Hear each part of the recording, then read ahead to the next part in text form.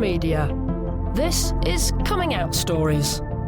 It's a podcast about one of the most important conversations of your life. I'm Emma Goswell. You're now going to hear from Chris McNaghten, also known as Chris Bearstrong McNaghten, because he competes in strongman competitions. His first gay relationship took place in secret, and he actually got blackmailed. He always says his biggest battle has been with depression. Please be aware that this episode does discuss mental health, self-harm and suicide. Yeah, I remember it right back. First, second year, definitely having a lot of thoughts and a lot of confusing thoughts. So what sort of age were you then? What would that have been? 12, 13, Yeah. Really young teenager. It was just a lot unknown. There was nobody at that age who was gay. You never heard a lot about gay people. I suppose TV was your only sort of source of gay people. And So where were you growing up? in Larne, just outside Belfast. I've gone back to my old secondary school now, doing a lot of talks on mental health and stuff like that, and going back now and seeing the amount of LGBT pupils that's there now, it's shocking, because like whenever I was there was nobody. There may have been, but there was no openly gay. So when you were growing up, was it the 80s or 90s? I was in school, 15 years ago, so I'm 30 now, so going back 15 years ago, say I would have been in school. I left school when I was 17, 18.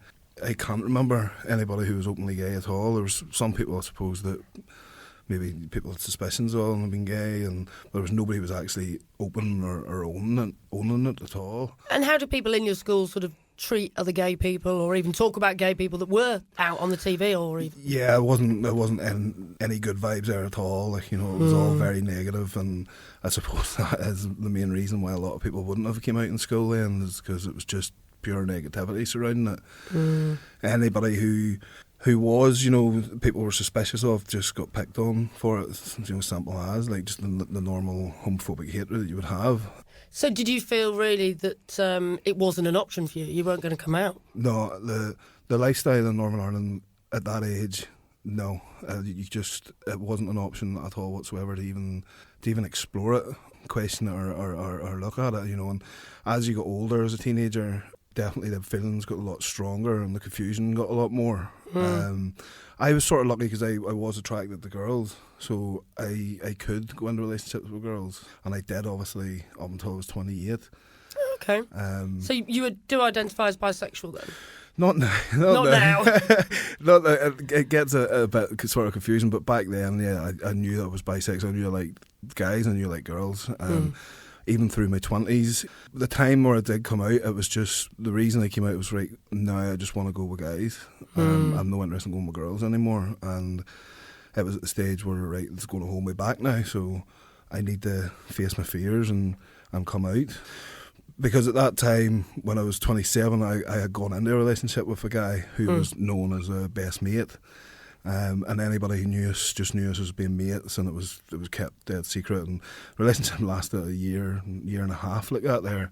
And no one knew? No, some people were suspicious. A best friend at the time knew, but that was it really, and he had a couple of friends, very close friends that knew, but anybody who knew us, we were just mates. We were just really close mates who got on really well. And were you happy carrying on like that? Or was part of you thinking, I wish I could be out about this, I love this guy? Yeah, like I remember we went down south, down the very south of Ireland on a weekend away, and we actually were like, right, let's sort of act like a couple to see what it's like, publicly. Oh, really?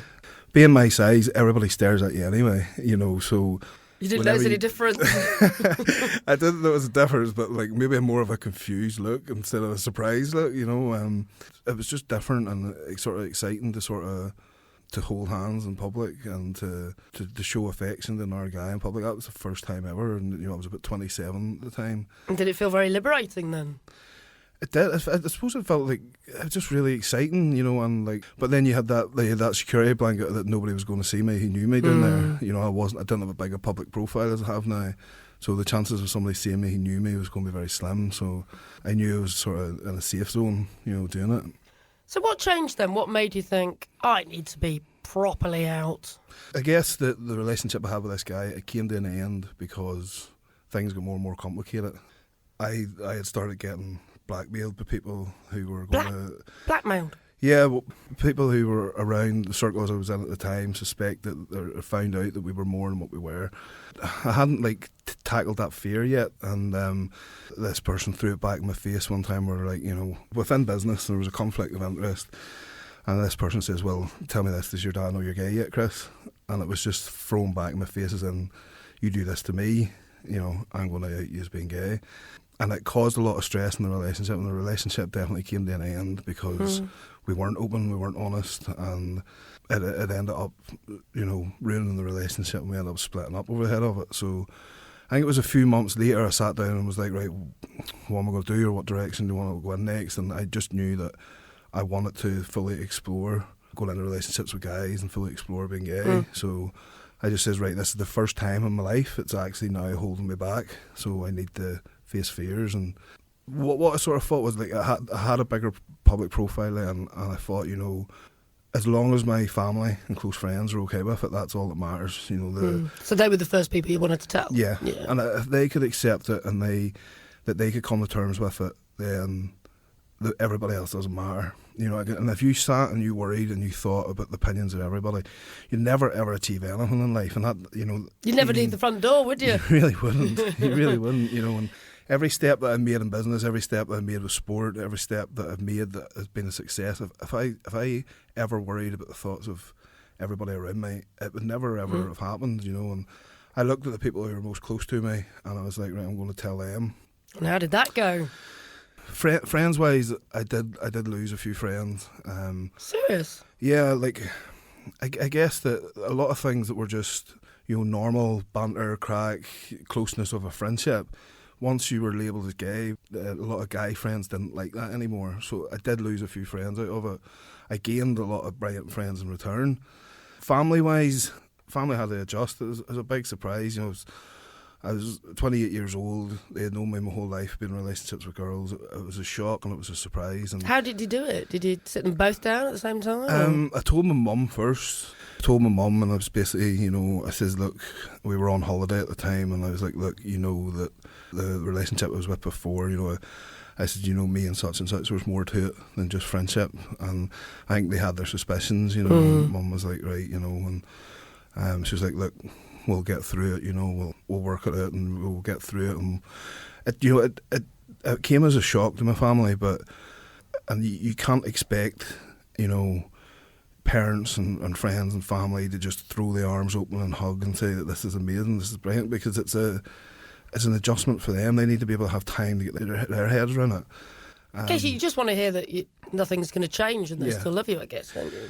I don't know what I expected by telling people who's close to me, but definitely I was very lucky in that, you know, that what I got back was positive, you know, but I don't know what I expected. But so what happened when you told your dad then? Was that a separate conversation? Yeah, it was, that was the one that sort of was struggling with the most, you know, was telling my dad. That was the most sort of scariest bit. And I told my mum, and my mum was sort of getting very stressed that she knew and Dad didn't, and then she actually told Dad for me. He took about 3 or 4 days, I guess, to get his head around it. Things were adjusting and things were changing. You know, I own my own business, and the minute I told a few people, sort of everybody started to hear sort of straight away, like even in close circles, you know, it started spreading. It was typical of where I'm from, you know, it was... Good news travels fast. Exactly. And like, things were getting very, very stressful in and around the business because everybody was trying to, I suppose, come to terms with it and stuff, and like, I did think, I thought it was going to be a lot different than this here, like, you know, and it wasn't what I expected it to be. Me and Dad hadn't talked in about 3 or 4 days. This day was a really rough day. I had somebody who was a friend. It was something like jokey or something banter, and it was like what I would call rugby banter from years ago when I played rugby, where it was a bit of a wrestle or something like that there, and the guy jumped back and was like, look, don't be at that. And it was the first time ever. This is a good friend. Like, it was the first time ever. And I was like, what are you on about? And he was like, don't be at that. And it was just so obvious that now I was gay, that this person didn't want to be that close to me anymore. And how did that feel? It did.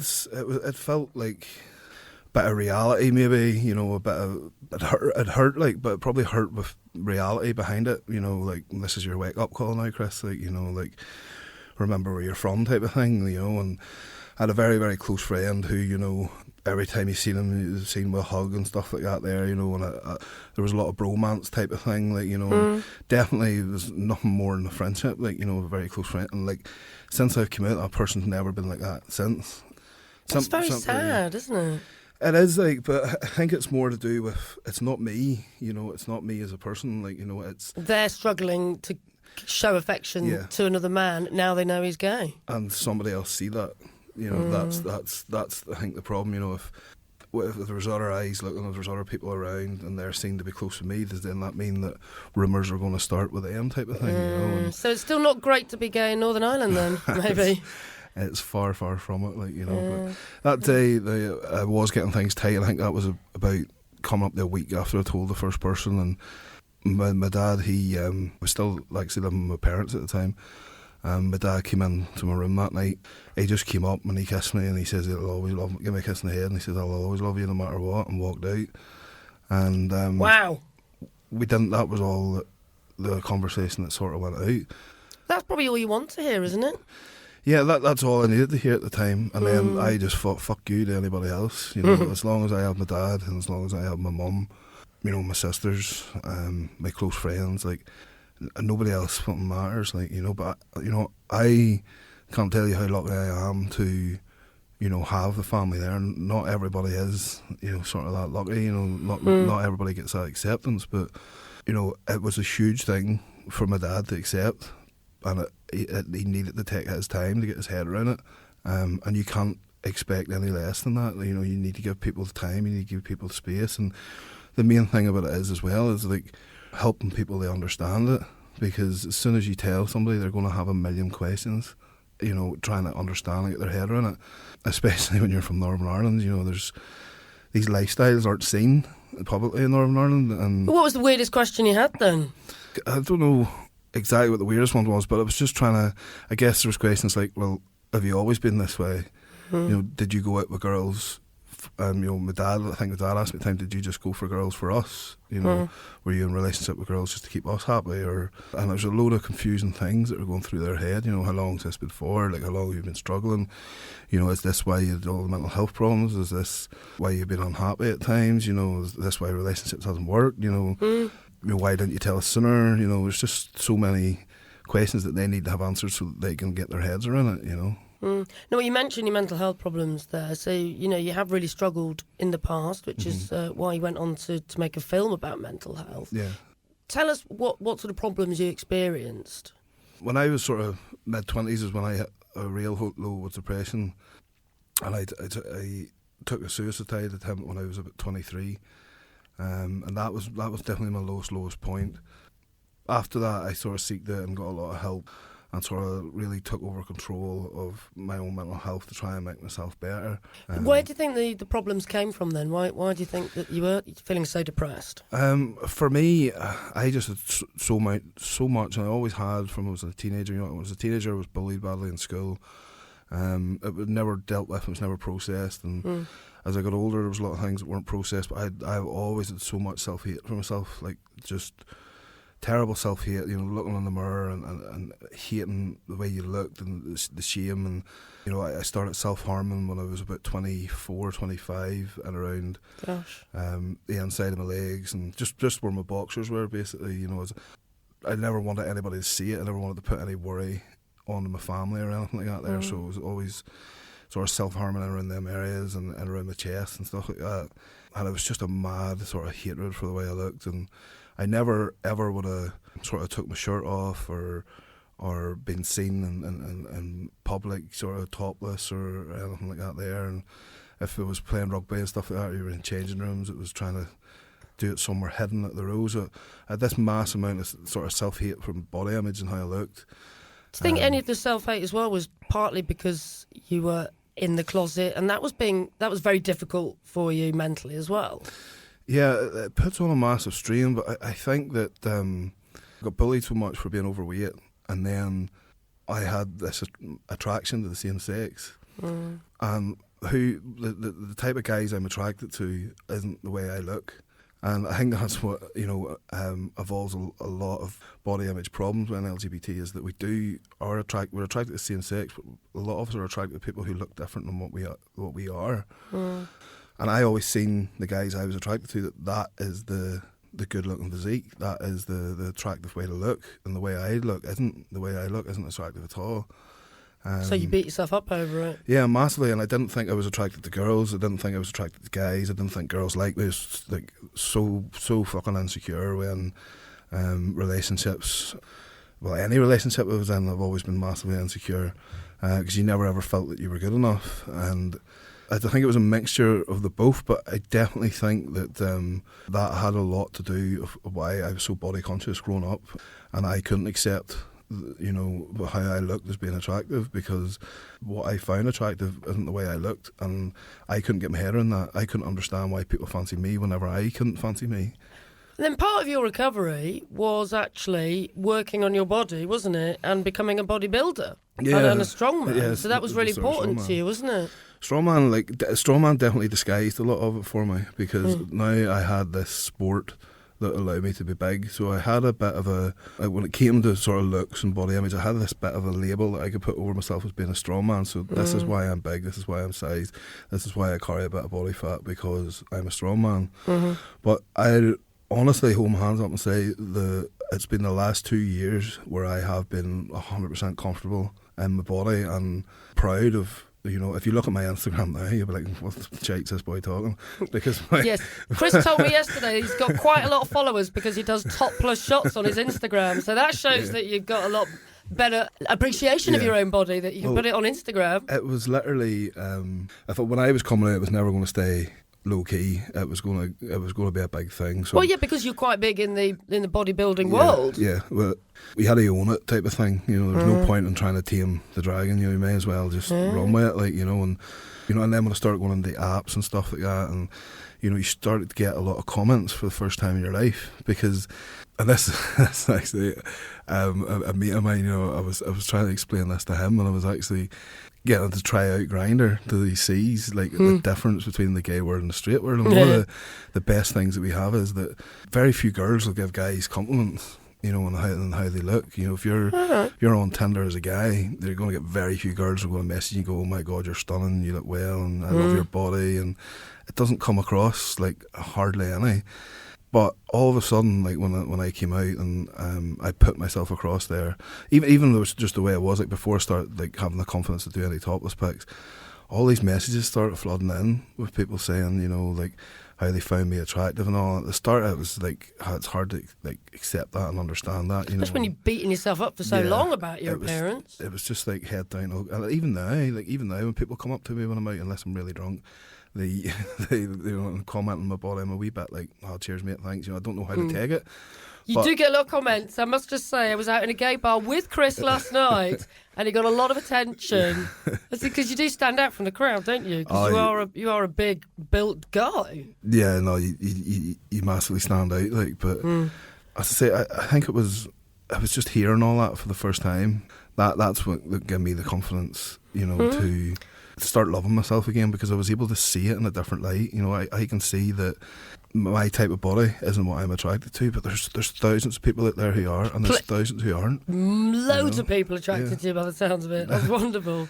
But what was it like then for you coming out in what is a very macho world traditionally, I assume, bodybuilding and strongman competitions? What was it like coming out to your peers? That was always in the back of your mind. And when I first started strongman, I started training in a circle that wasn't a circle of great people, and there was loads of homophobic stuff being said at the training yards and stuff like this here, and it put mad pressure on me to actually leave that side of strongman for a while. Yes. That was a small part of strongman, with a small group of bad people basically.